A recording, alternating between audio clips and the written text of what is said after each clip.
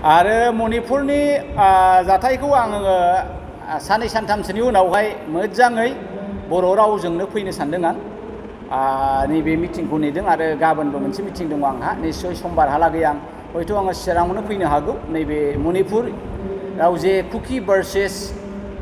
मैथै बिथांमोननि गेजेराव जानाय जाथायनि सोमोन्दै मानो जाखो आरो मानो बिजेपिआ बिथांमोनखौ एसेबो नायफिनाखिसै आरो बे एखे जाथाया मालाबा आसामाव जाफिनगोन नामा बर'लेण्डआव जागोन नामा आं बेनि सोमोन्दै बिराद मोजां मोनसे डाटा बानायदों नोंथांमोना बे साननैसोनि उनावनो बे खौरांखौ मोनगोन आरो आं आसा खालामदों दिनैनो वेलकाम खालामखादों नोंथांमोनहा जुदि बे मणिपुरनि थासारिखौ लानानै गर्जन मुसाहारिनि बुंनायखौ खोनादोंमोन नोंथांमोना बयबो दान्दिसे 30 मिनिटसोबाबो खोनासं होननानै आं दिनै फ्रि एनाउन्समेन्ट बायदि एडभार्टाइजमेन्ट बायदि होनाय थाबाय खारन आं ओइदिनखालिसो एखे थयथ' मथे नांगौ बायदि जिनिसखौ सोलोंनो गोनां खोनासंनो गोनांखौ आङो बुंनाय जागोन खारन बे एखे परिबेस मणिपुरनि जेबायदि थासारि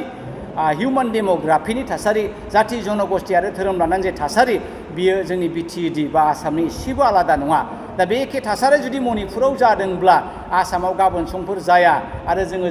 जोङो बिनि भिक्टिम जाया बेखौ आं बारा नुहुराखै बेखायनो साननैसोल' नेथ'दो रायजो राजाफोर आं बेखिनिखौनो बुंनानै मणिपुरनि सोमोन्दै दोनथ'बाय